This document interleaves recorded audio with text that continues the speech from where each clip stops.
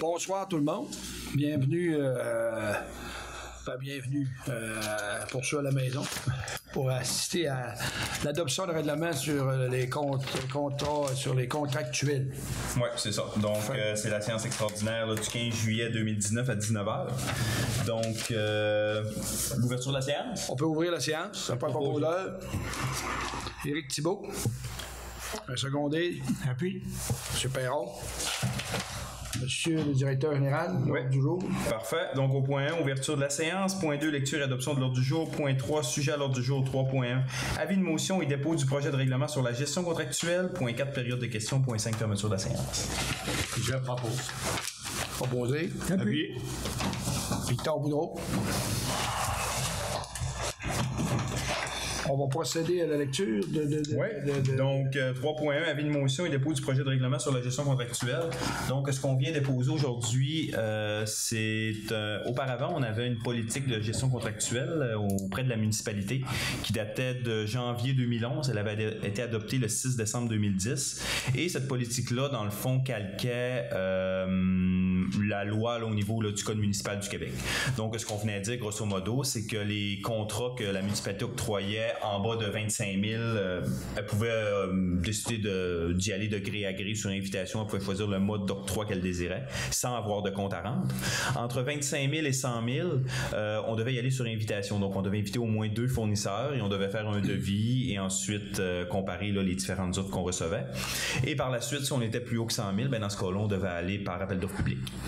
Avec le nouveau projet de loi 122 et 155, depuis le 1er janvier 2018, le gouvernement a reconnu les municipalités comme gouvernement de proximité et ont élargi un peu là, leur champ de compétences relativement aux octrois de contrats. Ce qui fait en sorte que depuis le 1er janvier 2018, le gouvernement a dit que toutes les municipalités devaient avoir un règlement de gestion contractuelle et pour celles qui n'en adoptaient pas, elles, dans ce cas-là, se faisaient en sorte que leur politique de gestion contractuelle devenait de facto un règlement de gestion contractuelle. Donc, notre règlement, c'était notre politique là, de 2011 qui était calquée au niveau de la loi. On désire aujourd'hui venir se faire un règlement de gestion contractuelle pour venir utiliser certaines mesures, je dirais, d'assouplissement ou au minimum pour nous donner plus de flexibilité relativement à nos octrois de contrat.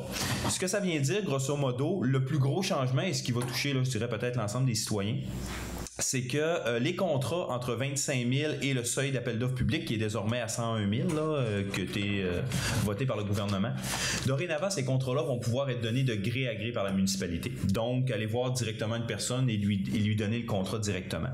Cependant, comme pour les contrats entre 25 000 et 101 000, il va falloir maintenant faire des processus de rotation au niveau des fournisseurs.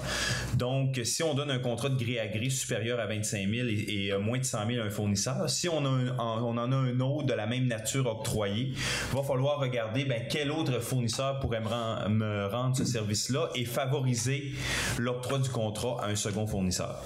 Encore une fois, je viens préciser, la rotation des fournisseurs va seulement être pour les contrats entre 25 000 et 101 000. Donc, tous les contrats en bas de 25 000, la municipalité peut encore les octroyer comme elle veut et elle n'est pas obligée là, de faire une rotation de fournisseurs relativement à ça. Elle peut le faire, mais elle peut ne pas le faire non plus. Donc, au niveau, je vous dirais, des principes de rotation, on les a à l'article 9, je vais les lire un petit peu. Donc, on parle du degré d'expertise, la qualité des travaux, les délais inhérents à l'exécution, la qualité des biens, modalité de livraison, services d'entretien, expérience, capacité financière, compétitivité du prix, le fait que le fournisseur ait un établissement sur le territoire de la municipalité, tout autre critère directement relié au marché. Et on vient aussi là, amener une notion là, de saine administration, que si par exemple, ça ferait en sorte de causer énormément de paperasse et énormément d'administration, le fait d'octroyer un contrat à un fournisseur plutôt qu'un autre, ça peut être un critère aussi qui pourrait favoriser tel fournisseur au lieu d'un autre. Donc oui, on favorise une rotation, mais on regarde quand même la réalité. Est-ce que c'est raisonnable de faire une rotation pour tel ou tel fournisseur? Pourquoi est-ce qu'on décide de faire un règlement de gestion contractuelle aujourd'hui? C'est aussi pour couvrir une situation particulière qu'on vit en ce moment, comme vous savez, au niveau de l'assainissement des eaux. On est en train de travailler avec le MTQ pour que la réfection de la rue Saint-Jean-Baptiste se fasse en même temps que l'assainissement des eaux, pour éviter là, qu'on soit en travaux là, pendant 3, 4, 5 ans là, au niveau de la rue Saint-Jean-Baptiste. Et pour ce faire, on peut faire une entente avec le MTQ, et le MTQ, eux, vont accepter de payer tous les frais qui sont reliés au plein de vie et aux travaux qui concernent la route. Donc, pour ce faire, on doit faire une entente avec les autres, et dans leur entente, ce qu'ils nous demandent, c'est que nous, on va être le maître d'œuvre, donc on va passer par nos ingénieurs et nos propres fournisseurs. Actuellement, c'est SNC-Lavalin qui est dans l'assainissement des eaux. C'est eux qui ont fait les plans là, pour mettre la conduite là, jusqu'à peu près là, au coin des routes.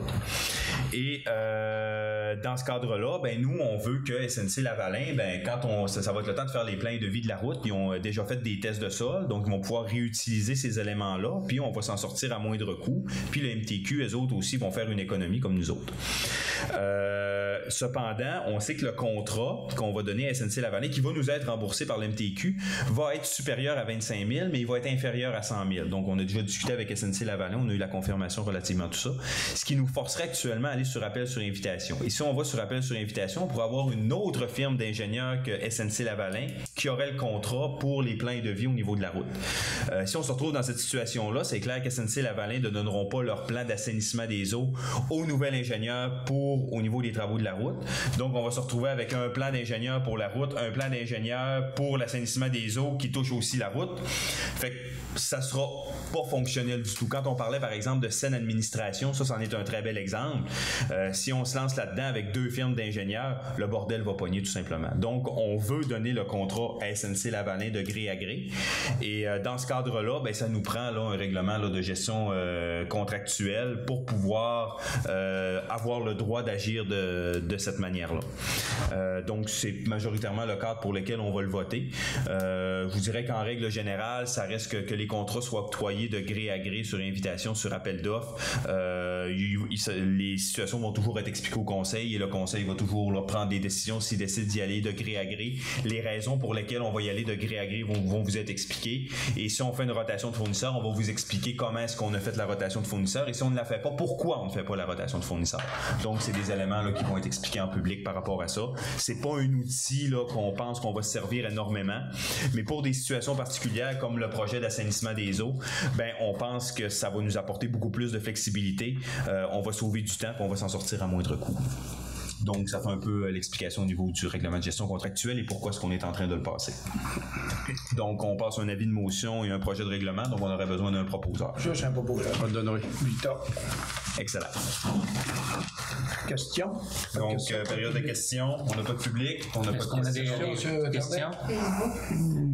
J'ai perdu le... Oh, on a... Non. J'ai pas de questions sur les bas. Ça prend un proposeur pour lever la tienne. Ouais. Éric. Parfait. Donc, merci beaucoup. Bonne soirée. Merci à tous. Merci.